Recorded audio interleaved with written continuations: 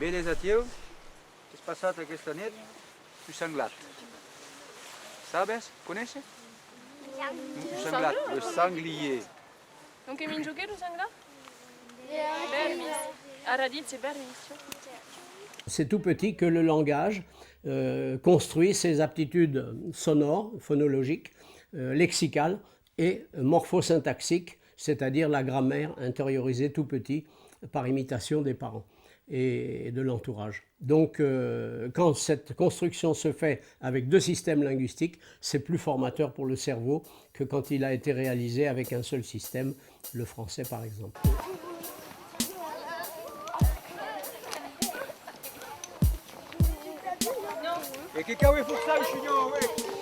Notre pays s'appelle France. Nous sommes à l'école de Saint-Lizier en Ariège. Pascal anime une séance de géographie avec ses élèves de cycle 2. Agacciats Paris sur votre rue et je vous demande de me dire une ville qui se trouve au sud de la capitale.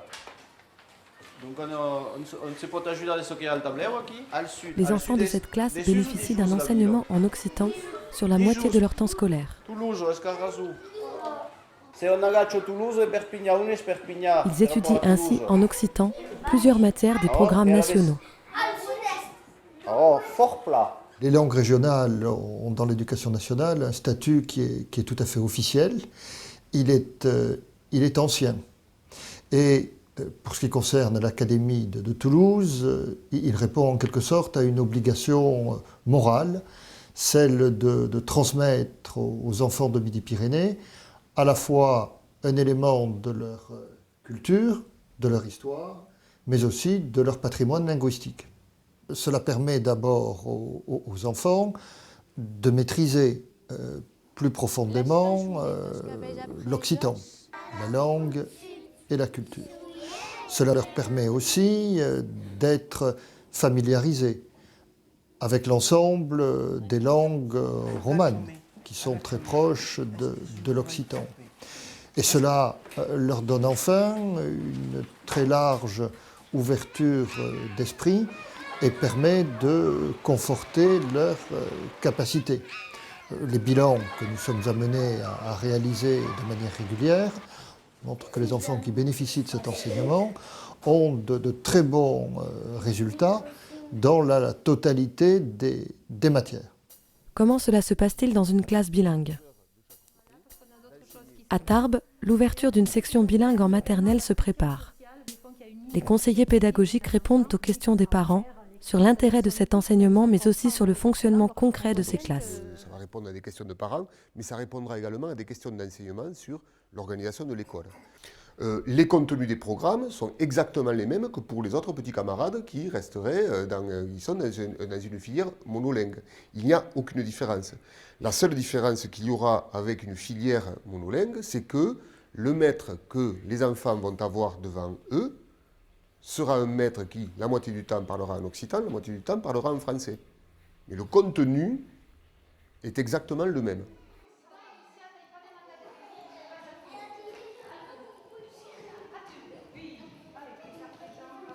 Comment un enfant qui n'entend pas l'occitan dans sa famille peut-il apprendre et utiliser cette nouvelle langue ? Nous sommes à Gramat dans le Lot, dans une classe maternelle grande section. On parle en occitan toute la journée, enfin, toute la demi-journée, puisqu'il s'agit de demi-journée. Et l'enfant s'approprie le langage petit à petit, de la même façon qu'il s'approprierait une langue maternelle, puisqu'il est dans un bain de langue. Ici, la langue n'est pas l'objet d'étude. Elle peut l'être quand il s'agit d'un travail sur des albums ou ce que je viens d'expliquer, mais elle est aussi moyen de communication. Donc l'enfant est dans une situation où il est amené à parler de n'importe quoi, à s'exprimer, à communiquer dans la langue, en occitan. Non, Lisa. Letis. A quel letis? Est-ce qu'il peut écouter? Non. Non pas. Il y a un nous, on peut dire une lac, mais on peut dire lupes. Lupesque. Intera. Lupesque. Allora, che fa? Baba Lulan. Va bene. On répète tous. Bobeire. Bobeire laser. Après, dis donc, te rappelles de tout. À travers l'apprentissage d'une autre langue, on a conscience de la difficulté de l'enfant. Donc, on s'oblige à vérifier qu'il a compris. On s'oblige à de multiples vérifications que l'on ne s'impose peut-être pas en classe unilingue et qui souvent, finalement, auraient peut-être été nécessaires. Le nouveau-né humain dispose déjà de la discrimination auditive pour aborder n'importe quelle langue du monde. Autrement dit, nous arrivons tous au monde avec une oreille universelle. Avec une oreille universelle qui fait qu'on aurait pu apprendre n'importe quelle langue du monde comme langue maternelle, mais nous n'avons construit qu'une seule ou que deux ou que maximum 3 langues précoces sur cette capacité. Parce que la capacité c'est bien, mais c'est l'environnement qui décide de ce qu'on va faire de cette potentialité-là.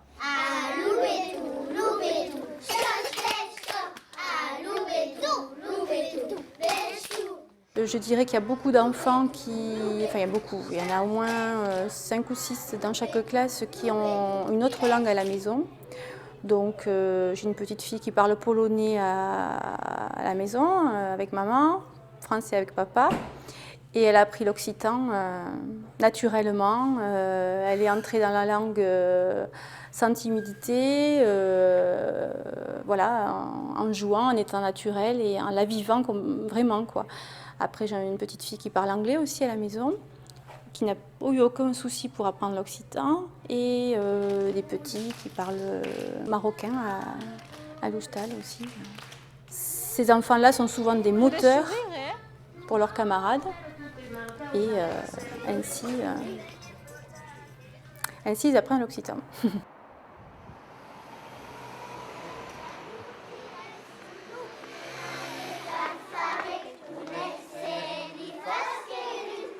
À la maternelle, on se rend compte que les enfants ont quand même mal à rentrer dans l'apprentissage de l'occitan, enfin la plupart du temps, parce que c'est présenté sous forme essentiellement de jeux, de chants, de petites activités orales qui leur coûtent pas trop. Et c'est vrai que pour eux, c'est avant tout un plaisir, voilà, une sorte de grand jeu avec ses règles bien propres, qu'ils assimilent d'ailleurs assez vite. Et les retours sont positifs, hein. Tous les enfants apprennent l'occitan avec beaucoup de plaisir. Beaucoup d'envie, envie d'aller plus loin, envie de pouvoir parler comme des plus grands. Fas cagar, cagaraulo, pas la paraula, babarello, sus la maulo, sus la cardello, mustuso, pastuso, flacaso, sur les maggiufos, muflos, taizote, kibudiflejos, verdejos, escumejos, bailolo, regulice, tun flaquice. On voit des choses quand même assez marrantes, comme quand ils comptent, ils ont ce truc de compter la première fois en occitan de suite. Je ne sais pas si tu le fais, quand ils comptent en oc. L'autre jour, elle m'attendait, on était sur un chemin de Saint-Justin, et elle me dit « Ah, que les arrivés là, quoi t'es venu ?» Elle me disait. Alors et moi, je lui dis « Ah oui », je dis en français 81. Alors elle comptait, elle a ce genre de truc qui arrive systématique sans qu'on lui dise quoi que ce soit. Ouais, donc on voit quand même que ça ressort bien. 15 et 15, la fa déjà 12 cop fa 30. La fa encore une autre cop fa 600 centimes. Et après, fa encore une autre cop et fa 90 centimes. Allora, scriviamo su cassatta chi viene rapidamente per nous y tourner en bas. 13 cotes, 12 cotes 15.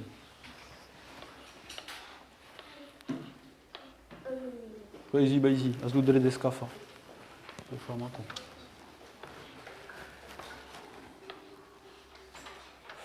Alors, l'éducation nationale, à un moment donné, non seulement s'est intéressée à la question du bilinguisme, mais a fait des évaluations, parce qu'elle ne pouvait pas se lancer dans cette initiative de filière publique bilingue s'il n'y avait pas d'évaluation préalable. Ces évaluations n'ont pas porté sur la langue régionale, elles ont porté toujours sur le français et les maths.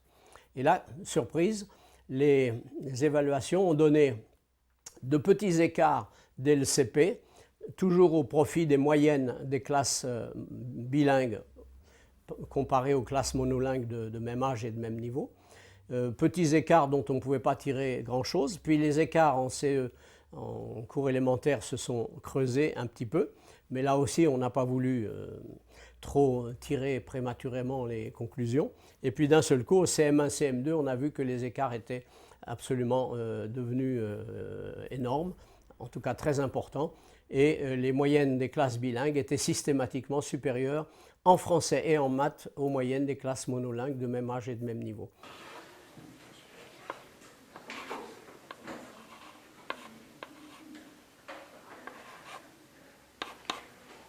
Così sapendo che 15 moltiplicato per 12 uguale a 30. Perché escumo si fa 15 plus 15 Escumo 15 plus 15. Et 15 plus 15 égale égale 30.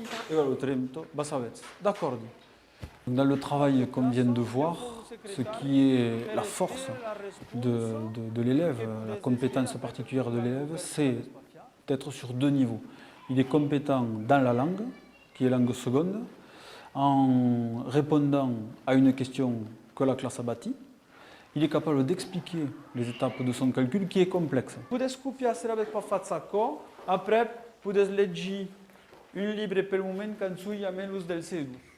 Grâce aux images IRM du cerveau, on peut expliquer les facilités des enfants bilingues en langue comme en calcul. On constate en effet que l'aire de Broca est plus développée chez eux que chez les enfants monolingues. L'aire de Broca, qui est située dans la zone préfrontale gauche, s'occupe de tout ce qui est automatique en langue et de tout ce qui est formel. L'ordre des mots, les conjugaisons, tout ça acquis quand on est petit, tout ça a été automatisé et les automatismes sont gérés, stockés, gérés dans Broca. Il nous permet l'accès à la complexité et à l'abstraction sans nous embarrasser l'esprit de la mise en forme. La mise en forme est faite automatiquement grâce à Broca. 5,00, 5,5, 5,12, 5,13, 15. On voit que l'aire de Broca, chez un bilingue précoce, est plus grosse, est intégrée et gère les deux langues. Donc il est plus performant que le monolingue qui, lui, a un Broca plus petit, ou même chez le bilingue tardif qui a bien deux Broca, mais qui sont construits séparément et donc qui est tributaire d'un aller-retour volontaire et conscient, alors que chez le bilingue précoce, il peut passer d'une langue à l'autre en reformulant librement son vécu.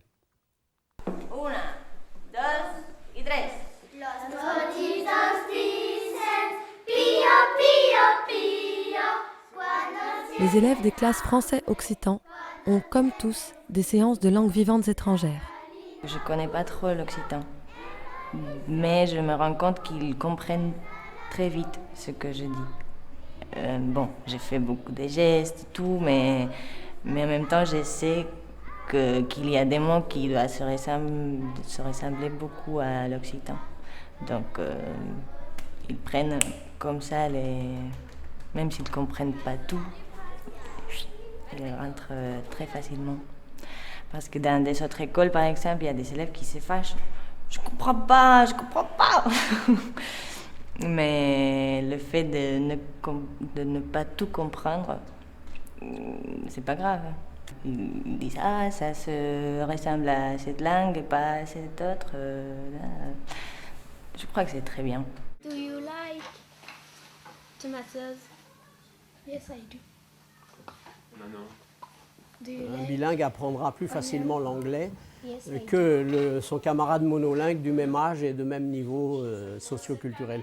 Il aura des facilités parce qu'il a construit déjà deux langues tout petit, donc il abordera l'anglais avec richesse, rapidité et flexibilité. À partir de là, vous allez tomber sur des parents qui vont dire « mais alors pourquoi pas l'anglais tout de suite ?» Eh bien, ma réponse est très claire. Malgré tout ce que j'ai dit sur les facilités de l'enfant, il y a quand même une contrainte. La contrainte, c'est que l'enfant, pour apprendre une langue, a besoin de s'appuyer sur un environnement. Or, à l'exception des familles mixtes, quel est l'environnement anglophone d'un enfant à Toulouse ou même à Paris? Il aura cet environnement quand il abordera la musique, les chansons, l'informatique, peut-être vers 10, 11 ans, 12 ans. Mais quand il a 4 ans, 5 ans, son environnement n'est pas anglophone. Il est français d'abord, évidemment, il est francophone. Et puis, selon les lieux, il aura un environnement occitanophone, bruitophone, bascophone, alsacophone, germanophone. Mais il n'aura pas d'environnement anglophone, sauf peut-être à Calais et dans les familles mixtes, bien entendu. Prochaine station, Roseraie, La Rosedo.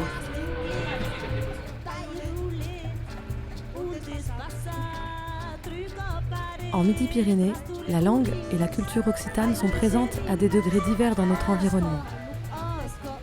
C'est cette présence historique qui donne du sens à un enseignement bilingue précoce. Aucune langue ne peut faire obstacle à l'anglais de nos jours. Par contre, l'anglais risque de faire obstacle à toutes les autres.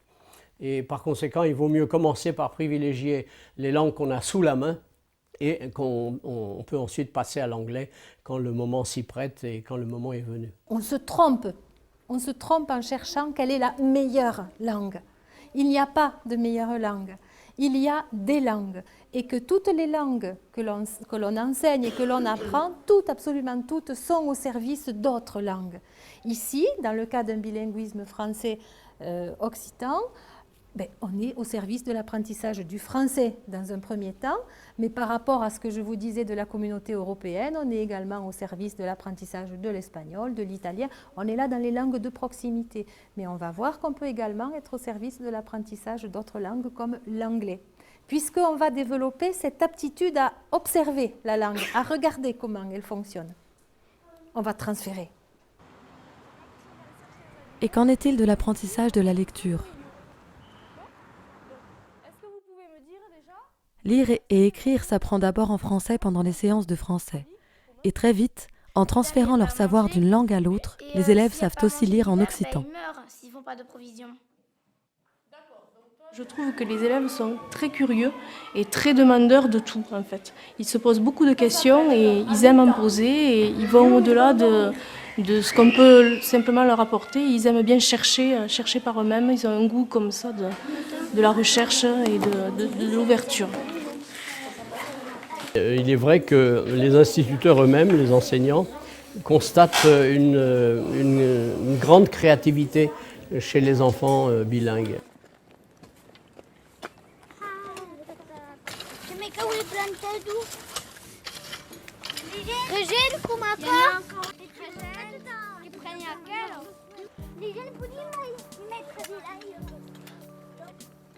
Baptiste, nu, uita bé, uita. Can fas, cas alguna que s'uses. Oh, escau. Nu, veges que fas pitxu. Veges cal fa? As tes notes aquí? Acorda que lo planto la posició és una flor que havíem plantat l'any passat. Moi je suis d'ici, je parle l'occitan, donc ça m'a paru naturel, je n'avais pas de réticence particulière. Alors je ne sais pas vous.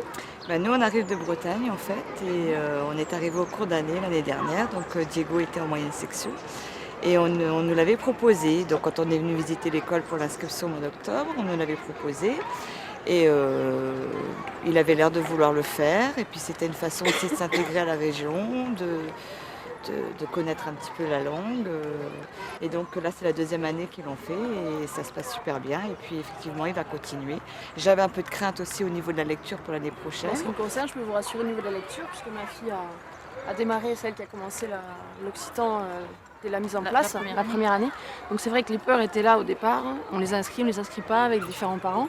Il y en a qui les avaient inscrits, qui se sont retirés. Et puis après, au cours de l'année qui s'est mis en place, c'est vrai qu'ils ont regretté de les avoir désinscrits en fait, parce qu'ils voyaient que ça marchait bien. Après, bon, les peurs c'était la suite, comment ça allait se passer, ça allait être suivi. Et puis bon, en fait, ça se passe très bien. Là, ça fait 3 ans qu'elle en fait.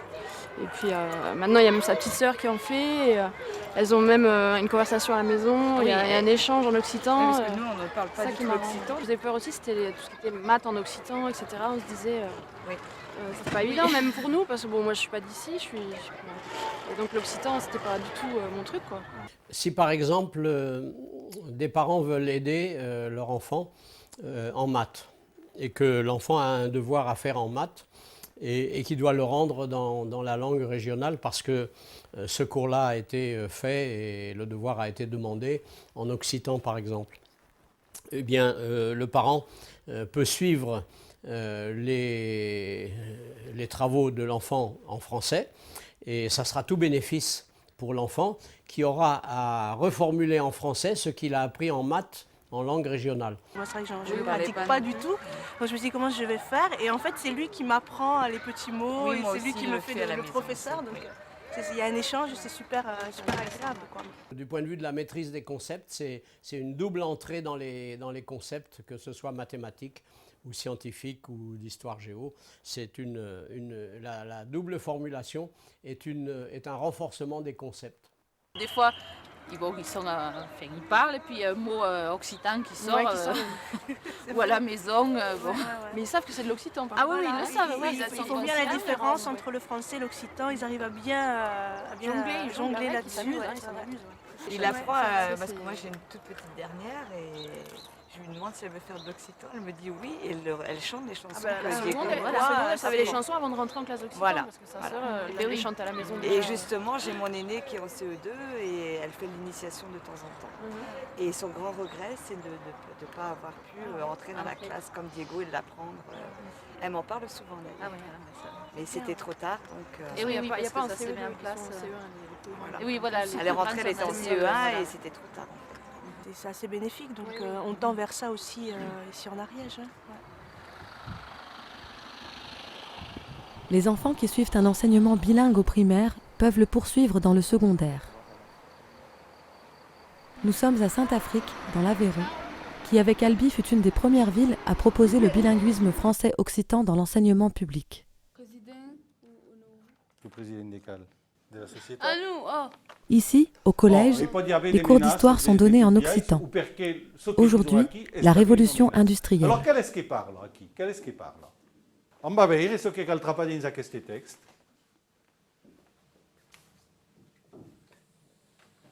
Oh, e poi, on a une idée? Quand su des personnes? Su un, su mai cacò? Oh, vai-y. Donc, de che vuol dire? Che su mai d'un, cosa significa? C'est la salle d'espero, espera, se dit, attendre, c'est la salle d'espero. Christian Andrieux, professeur au collège de Barraqueville, dans l'Aveyron, anime un atelier de théâtre avec ses élèves de 4e. Luz que supas passats. 4. Adieu. Oh, ça se pose à deviner? Nani, madame, sui pas eu. Si, nous, sui pas eu. Si, nous, c'est bon. Nous. Qui va la peine? Oh, nous, pas qui? À Gustat. Là, c'est un petit atelier d'improvisation. On est dans un personnage, on doit y rester, on va jusqu'au bout. Ce qui compte donc, c'est l'imagination, de développer l'imagination des enfants. Les élèves issus de cet enseignement se dirigent vers des voies très diverses. Au lycée, puis à l'université, les élèves qui le souhaiteront pourront valoriser leurs acquis en occitan.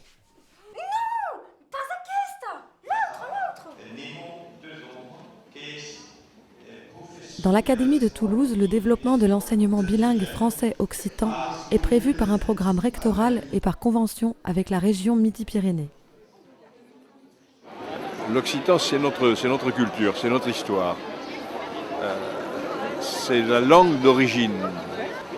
Donc la problématique aujourd'hui, c'est de ne pas laisser cette langue disparaître, mais non pas de la concevoir uniquement comme une langue du passé, mais comme une langue du très profond de nous-mêmes.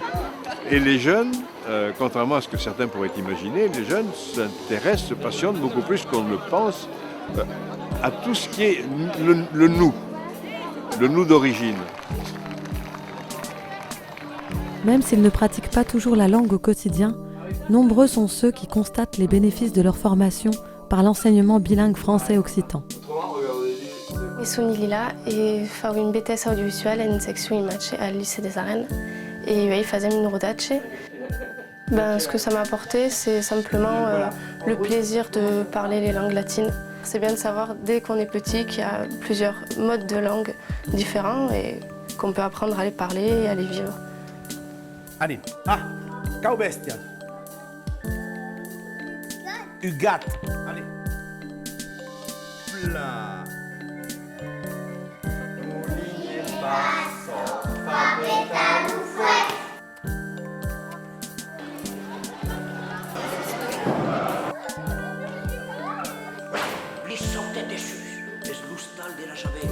Solide. 2,5.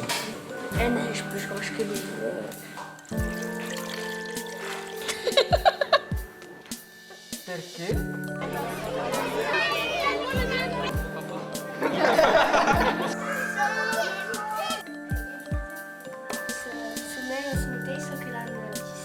Eccoci qua, mercati romeni.